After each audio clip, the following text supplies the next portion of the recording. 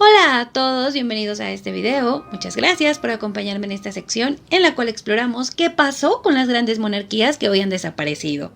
En esta ocasión les voy a hablar del Imperio Incaico, una de las civilizaciones más extensas y de mayor expansión territorial de América, que durante más de 3 siglos desarrolló una sociedad organizada, con avances en orfebrería, arquitectura y agricultura. Y para explicarlo mejor, tengo el gusto de contar nuevamente con mi colega Jorge, un experto nacido en tierras peruanas, quien nos va a explicar brevemente cómo es que uno de los estados imperiales más grande del mundo prehispánico llegó a su fin. ¿Cómo estás, Jorge? Encantado de estar contigo otra vez, Adriana, y poder abordar junto a nuestros seguidores el auge y caída de la civilización de mis ancestros, los incas, arquitectos del imperio más grande de la América precolombina. El imperio del Tahuantinsuyo, que en quechua significa las 4 regiones, tuvo su origen en lo que actualmente es el altiplano del Perú a principios del siglo XIII, posicionando su centro administrativo en el Cusco, bajo el liderazgo de su primer gobernante, Manco Cápac. Desde ahí se expandieron por el territorio andino, logrando que el imperio inca dominase parte de los actuales territorios de Perú, Bolivia, Chile, Ecuador, Argentina y Colombia, un total de más de 40.000 kilómetros de caminos y cientos de pueblos conquistados. Su gobierno se basaba en la teocracia, organizada en líneas monárquicas, cuya fuerza de trabajo principal eran los agricultores, pescadores, constructores y artesanos. El imperio era gobernado por un inca o emperador, adorado como una divinidad, el hijo del dios Sol, quien reinaba con la ayuda de una burocracia aristocrática, la élite cusqueña, conformada por la familia real y los nobles u orejones. Las panacas se comportaban como facciones políticas que establecían alianzas y armaban conspiraciones para lograr el favor del inca, como ocurre en la nobleza europea. La economía giraba en torno a la colaboración, la equidad y el trabajo comunal que permitía la educación, construcción de puentes, carreteras, palacios, comunicación y financiamiento de campañas militares. En su mejor momento fue un imperio poderoso, organizado y avanzado que se extendía desde el Océano Pacífico, al este con las fuentes de los ríos Paraguay y Amazonas, al norte con el río Ancasmayo en Colombia, y desde la región de lo que hoy es Quito, Ecuador, al sur hasta el río Maule en Chile. Uno de los grandes gobernantes incas fue Pachacútec, quien en el siglo XV expandió significativamente los territorios, mejoró la organización administrativa y fue el cerebro detrás de construcciones icónicas como la ciudadela de Machu Picchu. A su muerte, en 1471, habiendo derrotado a la raza guerrera de los chancas, el imperio continuó su expansión en manos de sus sucesores, Tupac Yupanqui y Huayna Cápac, ejerciendo un férreo control, a menudo violento y represivo, sobre todos los pueblos que se resistían a ser conquistados. Todo iba relativamente bien, hasta la repentina muerte de Huayna Cápac en 1525 junto a su heredero, iniciando una crisis sucesoria entre los 2 hijos restantes del monarca, Huáscar y Atahualpa, que lucharon por el trono. La guerra civil había comenzado. Huáscar, el mayor de los hijos, se proclamó heredero legítimo y comenzó su reinado desde la ciudad del Cusco, mientras Atahualpa, su hermano menor, se estableció en Quito, desde donde reunió un poderoso ejército con ayuda de los generales y la nobleza cusqueña, harta de los desplantes de Huáscar y temerosa de que éste acumulara demasiado poder.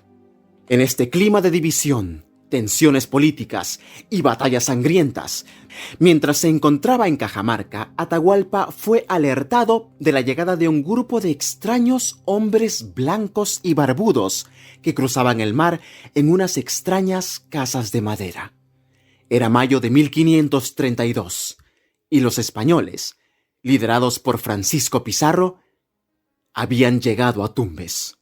Para ese momento, España había iniciado la conquista sistemática del continente americano en nombre de Carlos V, y su siguiente objetivo era el territorio inca, fuente de gran riqueza para la corona española. Viendo que se encontraban ante un imperio plagado por la guerra civil, Pizarro y sus hombres decidieron tomar parte en el conflicto, pasándose de un bando a otro, colándose poco a poco en la élite política y presentándose como árbitros o salvadores.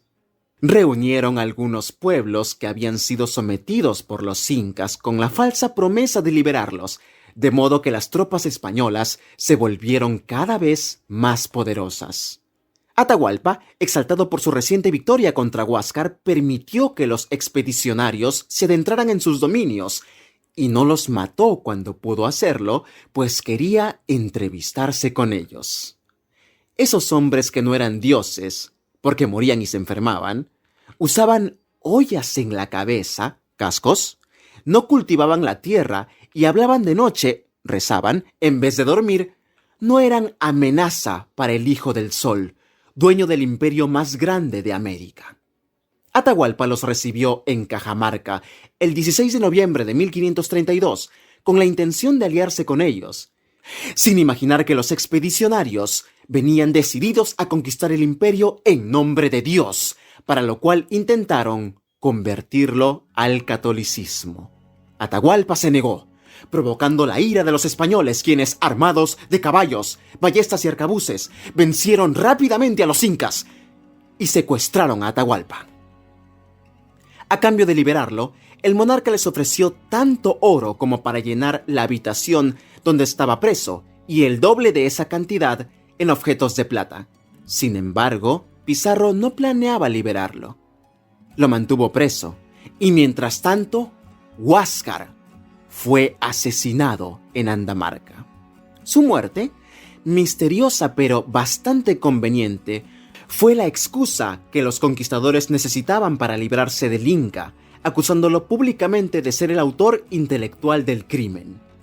Sabiendo que Atahualpa no podría contradecir la acusación, los españoles lo acusaron legalmente de asesinato y lo ejecutaron, dándole garrote vil el 26 de julio de 1533. Con el camino prácticamente despejado, los españoles tomaron y saquearon la ciudad del Cusco y se repartieron el botín, pero todavía necesitaban un aliado en el trono. Así que instalaron en el poder a Manco Inca, otro hermano de Atahualpa, quien fungió como emperador títere hasta que un socio de Pizarro, el español Diego de Almagro, intentó reclamar el Cusco, iniciando una nueva guerra civil, esta vez entre los conquistadores. Aprovechando esta situación, Manco Inca intentó recuperar el control total del imperio, y pese a que luchó durante los próximos años, perdió control del Cusco y tuvo que instalar un pequeño estado en Vilcabamba. Desde ahí, Manco Inca y sus hijos intentarían, por los próximos 40 años, hacer resurgir una cultura que, para entonces, estaba en ruinas. El imperio inca había caído, sometido por las armas, la religión, la discordia, las intrigas y especialmente las enfermedades traídas por los europeos que la población nativa fue incapaz de combatir.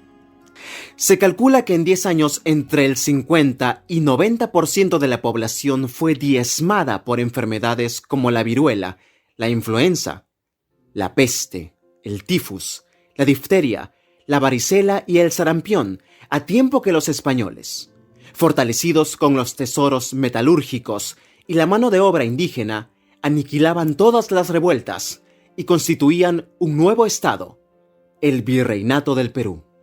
El asesinato de Túpac Amaru I, el último inca rebelde de Vilcabamba, en 1572, acabó de forma definitiva y absoluta con el próspero imperio de los Hijos del Sol. Después de la caída del imperio inca, muchos aspectos de dicha cultura, rituales, ceremonias, tradiciones, monumentos y ciudades enteras fueron sistemáticamente destruidos. El dominio español había comenzado. La grandeza del imperio incaico sostenida por su enormidad territorial, sometiendo a varias etnias vecinas, trajo consigo el descontento, la rebelión, la guerra civil y la desunión. Factores que Pizarro y sus hombres supieron aprovechar para provocar su destrucción. La caída del Tahuantinsuyo fue el punto de partida del Perú moderno, que es una mezcla pluricultural del mestizaje de todas las sangres. Somos producto de una fusión entre lo occidental y lo andino, que comenzó el día en que dos civilizaciones, la más poderosa de Europa y la más grande del continente americano, se encontraron en la Plaza de Armas de Cajamarca, una tarde de noviembre de 1532, para medir su poderío. La conquista española sobre los territorios que hoy conforman nuestros países americanos es un hecho histórico que no debemos lamentar ni aplaudir, sino conocer. A continuación, pasemos a revisar el árbol genealógico para descubrir algunos descendientes actuales de esos personajes históricos, pero antes les voy a aclarar algunos puntos. Primero, los gobernadores del Imperio Inca llegaron a tener muchos hijos. Se estima que algunos llegaron a tener más de 100, por lo que es completamente imposible rastrearlos a todos, también porque algunos de estos descendientes permanecen en el anonimato o no son personas públicas. Así que más bien en este árbol yo me voy a enfocar en seguirle la pista a esos personajes famosos, ver dónde se extinguió la línea, qué personajes importantes descienden de ellos, y desde luego que también en rastrear a personas cuya ascendencia está comprobada y de quienes sí les puedo hablar. Y ya por último, nada más les comento que también hay muchos blancos en los registros respecto a algunas fechas de nacimiento, quién era madre de quién. Por eso es que en algunos casos dejo la parte de la consorte en blanco y las fechas son más que nada tentativas, sobre todo con lo que tiene que ver con la última etapa del Imperio Inca. Dicho eso, pasemos al árbol genealógico y vamos a partir de Pachacútec, quien, como les explicó Jorge, fue uno de los grandes gobernantes que tuvo el Imperio Inca. El siguiente, aquí lo tienen, fue su hijo y heredero, Tupac, que a la vez tuvo su hijo y heredero, que fue Huayna Cápac. Es aquí de donde se origina la descendencia de la que yo les voy a hablar. Primero, pues ustedes ven aquí a los que armaron la guerra civil, que fueron Atahualpa y Huáscar.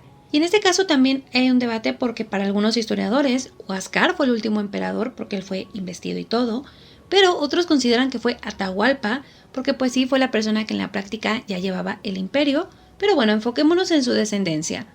La mayoría de las crónicas nos cuentan que la descendencia de Huáscar fue perseguida y ejecutada precisamente durante esta guerra civil porque no querían pues que rivalizaran por el trono ni mucho menos. De hecho, su descendencia es realmente desconocida, no se sabe cuántos hijos tuvo, cómo se llamaban, únicamente se menciona a una de sus hijas, pero su destino es completamente incierto, así que no hay descendientes de los que yo les pueda hablar. En cuanto a su rival Atahualpa, se sabe que muchas de sus concubinas huyeron durante la conquista, llevándose a los hijos de Atahualpa con ellas. Se instalaron principalmente en Ecuador y Perú, de ahí algunos fueron rastreados, se estima que alrededor de 11, por el conquistador Francisco Pizarro, quien los habría colocado en casas religiosas para que pues no hicieran reclamos, no hicieran rebeliones ni nada. A partir de todo esto, pues ya han hecho algunos estudios para tratar de localizar a la descendencia de Atahualpa, y algunos historiadores han llegado a la conclusión de que su linaje se extinguió en el siglo XVII, mientras que otros han considerado que no es así, que todavía hay descendientes, pero que muy posiblemente son personas privadas y se les ha perdido el rastro. De modo que muchos ciudadanos pueden descender de Atahualpa sin saberlo o sin querer hacer reclamo. Puede ser que haya familias que sí conozcan su ascendencia, pero que no lo digan públicamente, ni mucho menos, aunque pues al mismo tiempo eso no nos ha permitido saber exactamente quiénes son y no les puedo hablar de ellos. Sigamos para encontrarnos con Manco Inca, quien intentara la rebelión y todo eso, y es mejor conocido como un gobernante de Vilcabamba. Siguiendo su descendencia vamos a encontrar primero a su hijo Sairi Tupac, quien también fuera gobernante. Él se casó con su hermana Uzi y la descendencia de ellos adquirió relevancia porque su hija Beatriz Clara se casa con el gobernador de Chile, Martín de Loyola, y la hija de esta pareja, llamada Ana María de Loyola, recibe el título de marquesa de Santiago y Oropesa, precisamente por su ascendencia real inca, por la conexión que tiene con los gobernantes y demás. Pero además su descendencia poco a poco fue adquiriendo otros títulos por matrimonio, aunque pues al final la descendencia de esta princesa inca se extingue en el siglo XVIII. Y vamos a regresar a Manco Inca porque su otro hijo, Túpac Amaru I, a través de su descendencia nos va a llevar a José Gabriel Noguera, mejor conocido como Túpac II. Él fue un personaje súper importante, es bien interesante porque él encabeza una enorme rebelión independentista. De hecho, se considera el primero que pide como tal la libertad de Hispanoamérica, entre muchísimas otras cosas más que tienen que ver con los impuestos, con la esclavitud y demás. Él, entre otras cosas, también pelea el marquesado de Oropesa, su herencia y demás. Pero, aunque su lucha desencadena cosas muy importantes, él tiene un final muy trágico y su descendencia directa fue perseguida y aniquilada. Se cree que sobreviven algunos de sus sobrinos y de ahí es de donde puede haber descendientes, pero se mantienen como personas privadas. Ahora vayamos a una de las hijas de Huayna Capac, y esa es Quispecisa, también conocida como Inés, porque después fue bautizada con ese nombre. Ella, como pueden ver aquí, fue hermana de los gobernantes mencionados, y fue precisamente uno de ellos, Atahualpa, quien supuestamente la dio en matrimonio al conquistador Francisco Pizarro, aunque este matrimonio solo fue considerado concubinato por muchos, porque no fue celebrado por la Iglesia Católica. Sin embargo, el rey Carlos I de España sí legitimó a los descendientes, aunque con el tiempo la unión de Inés y Pizarro se deterioró a tal punto que Pizarro acusó a Inés de conspirar en contra de él para favorecer a la familia de ella, es decir, a la antigua familia real inca. Al final ellos se separan, pero de su descendencia sobrevive una hija llamada Francisca Pizarro. Ella se casa con su tío paterno, Hernando Pizarro, y después hace otro matrimonio, aunque su descendencia fue extinta. Pero volvamos con Inés, porque luego de que se separa de Francisco Pizarro, ella se casa con Francisco de Ampuero, y aunque este matrimonio tampoco termina muy bien, se dieron también algunas acusaciones, pues de este matrimonio ella tuvo varios hijos y es su primogénito, Martín, quien se casa con la hija de otro conquistador y su descendencia pues va adquiriendo por matrimonio otros títulos. Aquí lo vemos. Por ejemplo, Francisco Tomás se casa con Constanza, quien era marquesa de San Juan de Buenavista, de modo que los siguientes descendientes van adquiriendo este título. Después también tenemos aquí a Josefa de Valverde, que por matrimonio toma el título de condesa de las Lagunas, y así se van sumando estos títulos a la descendencia, que nos va a llevar a nada menos que Fernando de Traseguénies, de 86 años. Él fue portador precisamente del condado de las Lagunas, del marquesado de Torrebermeja, entre otros, aunque en el 2018 pues él ha cedido estos títulos a sus hijos. Él también es famoso porque fue ministro de Relaciones Exteriores de Perú, por eso es que él es una persona reconocida y pues aquí lo tienen, uno de los descendientes actuales. Ahora, antes de continuar, les voy a aclarar muy rápido. Aquí ustedes pueden ver a Angelina, que es una de las hijas de Capac.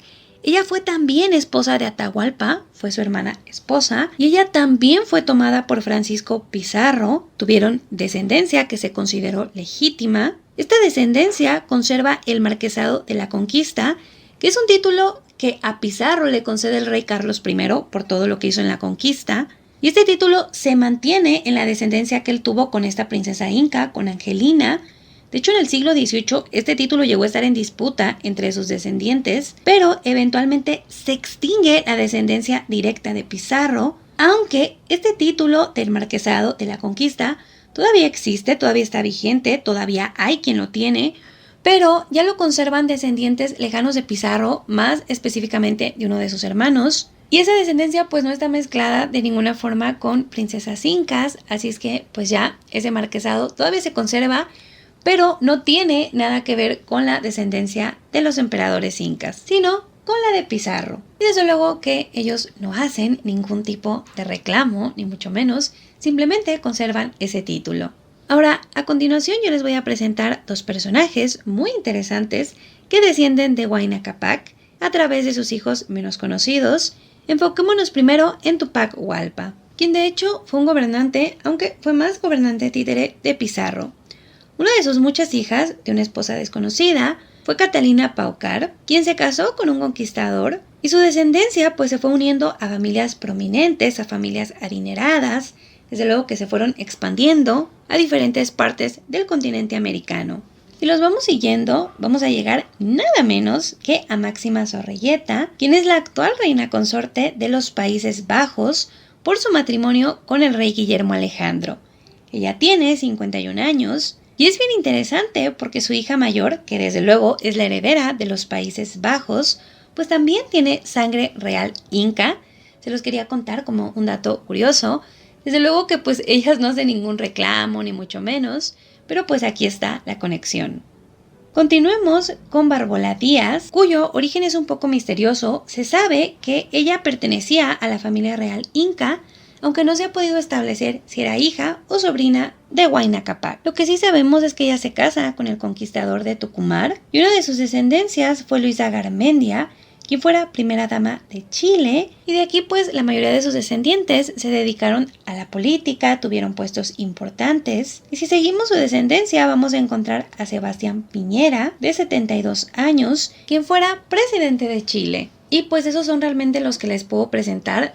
Desde luego que también súper rápido, pues no sé, podemos suponer que nunca se dio la independencia, entonces tendríamos que considerar que el gobernador pues es el rey de España. Y aquí yo les presento súper rápido, que ya lo he hecho en otras ocasiones, pues para que ustedes vean que realmente está la descendencia de Carlos I, rey de España, que era el rey que estaba cuando se da la conquista. Pues realmente la descendencia como tal nunca se interrumpió. Aquí pueden ver ustedes al rey actual, que es Felipe VI, aunque pues esto carece de mucha lógica porque ya la independencia está más que decretada. Y desde luego que en este caso yo nunca pretendí ni les estoy respondiendo la pregunta ¿a quién sería el emperador inca hoy en día? Porque es algo completamente imposible por diferentes factores. Primero, las normas de sucesión son muy inciertas para nosotros. Lo que sabemos nos ha llegado por parte de cronistas, no sabemos qué tan verídico sea. Y ellos además nos dicen como de forma muy general que en el imperio inca pues se seguía la primogenitura masculina, pero también pues se obedecía al hecho de saber quién era más hábil. La élite política también por ahí participaba bastante, se dieron casos diferentes, entonces es como que muy ambigua en ese sentido.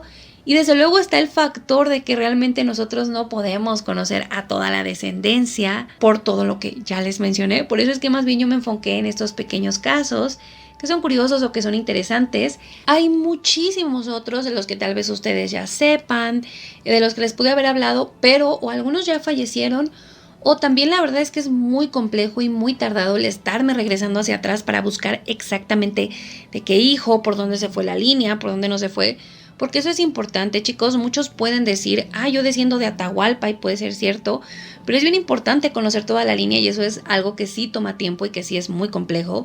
Así es que yo me enfoqué más bien en algunos casos, aunque no son tantos, y yo espero de verdad que les haya gustado. Si quieren tener nuevamente a Jorge en el canal, pues los invitamos a que nos dejen su opinión en la caja de comentarios. No olviden darnos like, compartir, y como siempre ustedes ya saben que este árbol lo encuentran en Instagram, en Facebook. Si lo quieren en PDF nada más escríbanme para yo pasárselos por correo. En la descripción ya saben que les dejo el link del canal de Jorge, donde van a encontrar muy buen contenido, muy interesante. También ahí vamos a estar colocando algunos episodios de un podcast que tenemos, que se llama Historiando. De igual forma en la caja de descripción también les voy a colocar la bibliografía que utilicé para que ustedes puedan consultarla. Y pues muchísimas gracias por acompañarnos en este video.